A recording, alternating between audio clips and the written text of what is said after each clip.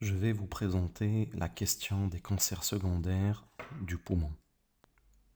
Le poumon est considéré comme un organe filtre, à l'instar du foie et du rein.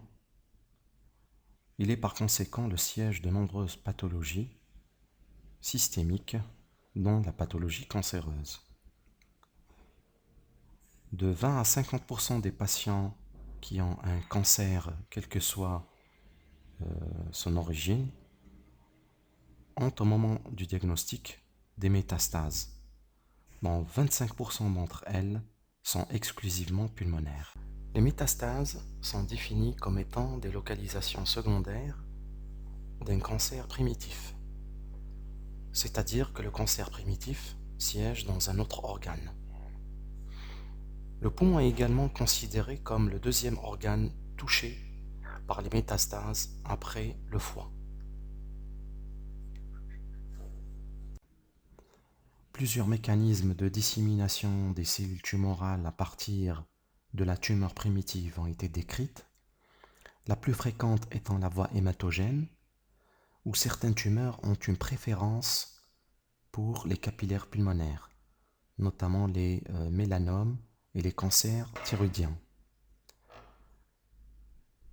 Ces métastases sont d'emblée pulmonaires, soit elles peuvent être associées à des métastases hépatiques.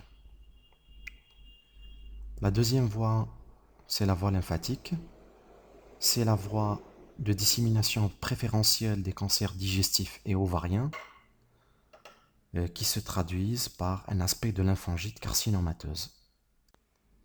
Troisième mécanisme de dissémination, on a l'atteinte par contiguïté qui réalise un envahissement direct soit des structures trachéobronchiques, comme on peut le voir avec les cancers de l'œsophage, soit un envahissement pulmonaire, comme dans le cas des cancers du sein.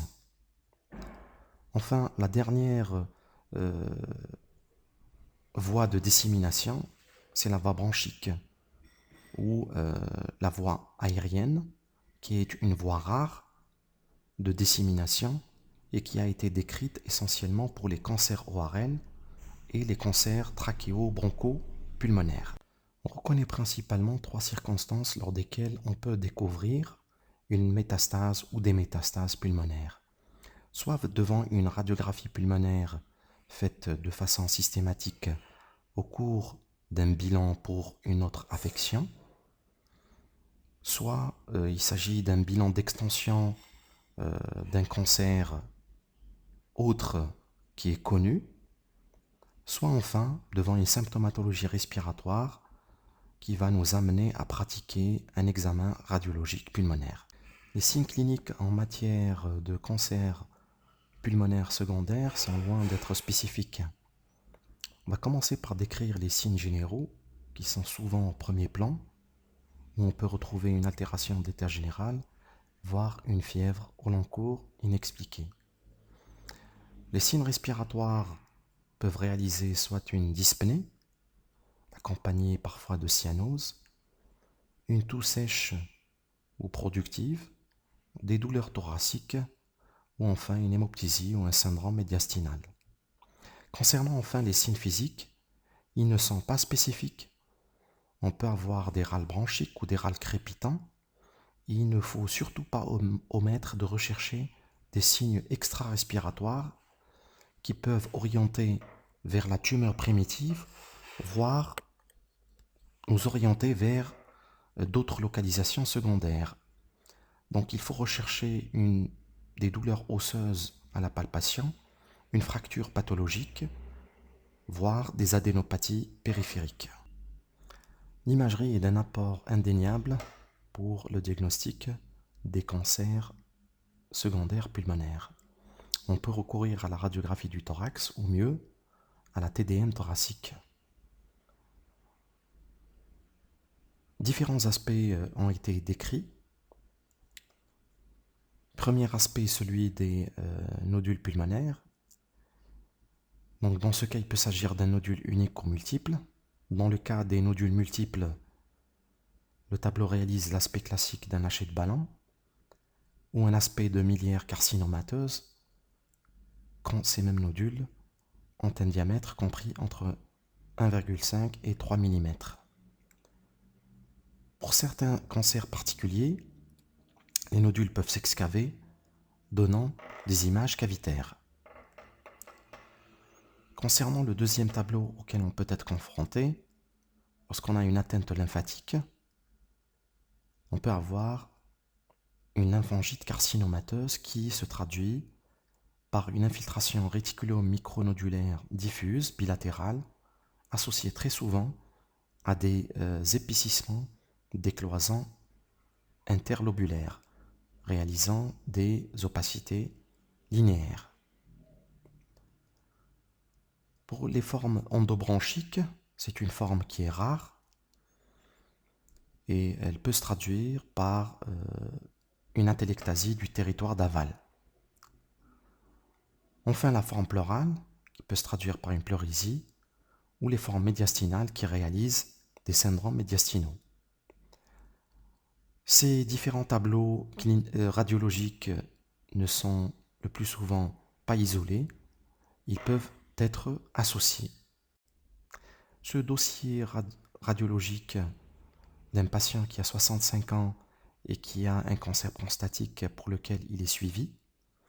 D'abord en haut, on a la radiographie pulmonaire qui montre clairement des infiltrats réticulo-micronodulaires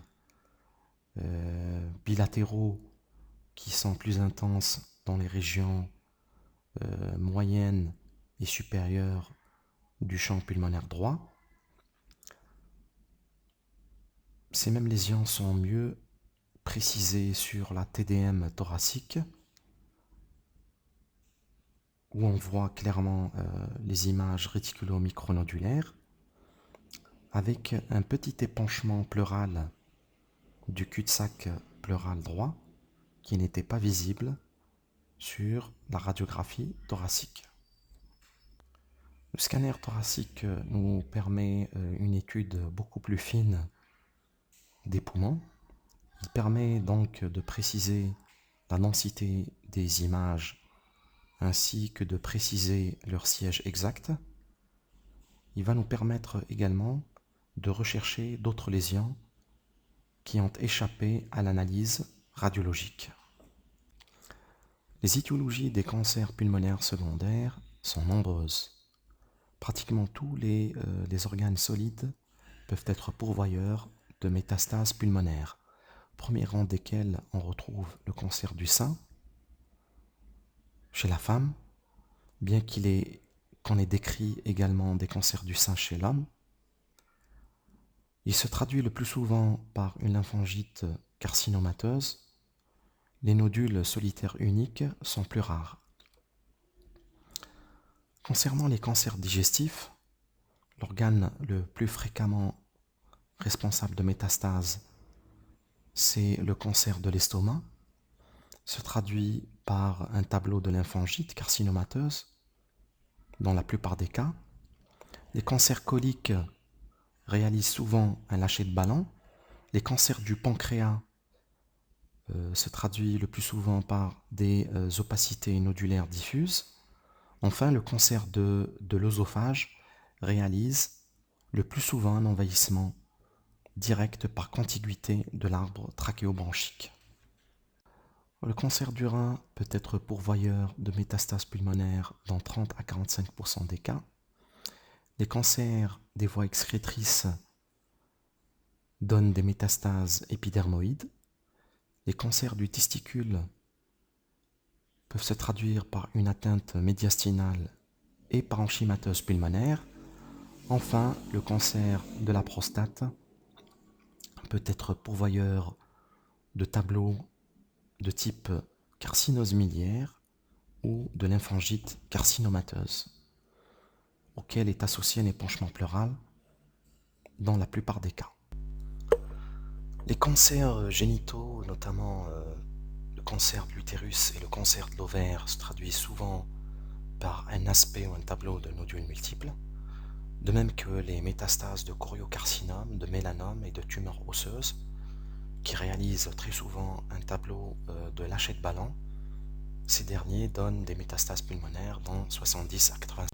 Enfin, les cancers de la thyroïde réalisent le plus souvent des tableaux de miliaires carcinomateuses et les cancers ORL peuvent se traduire radiologiquement par des opacités uniques ou multiples qui sont parfois excavées. La démarche diagnostique devant la découverte de métastases pulmonaires dépend essentiellement de la connaissance préalable ou pas du cancer primitif. Donc, première situation lorsque le primitif est méconnu.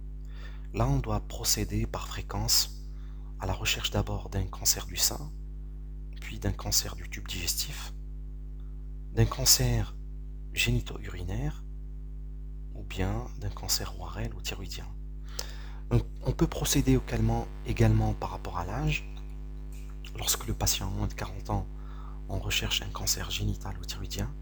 Lorsque le patient a plus de 40 ans et qu'il s'agit d'une femme, on recherche un cancer génital, surtout le cancer du sein.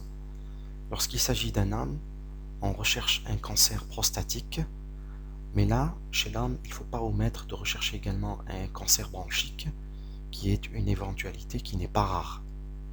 Deuxième situation, lorsque le primitif est connu, là on doit réaliser quelques règles, parmi lesquelles il faut rechercher une métastase pulmonaire de façon systématique chez tout cancéreux. Le moindre symptôme respiratoire doit faire pratiquer une radiographie thoracique et la recherche de la preuve histologique est justifiée chaque fois qu'on peut le faire, soit par fibroscopie bronchique, soit par ponction transpariétale, par ponction biopsie pleurale ou la recherche de cellules néoplasiques dans le liquide broncho-alvéolaire. Le traitement des métastases pulmonaires dépend essentiellement du cancer primitif, d'où l'intérêt de rechercher le cancer primitif chez ces patients. Enfin, une exérèse d'un nodule pulmonaire solitaire doit se discuter, notamment en réunion multidisciplinaire, lorsque le cancer primitif est en rémission et lorsque le nodule pulmonaire est unique. Je vous remercie pour votre attention.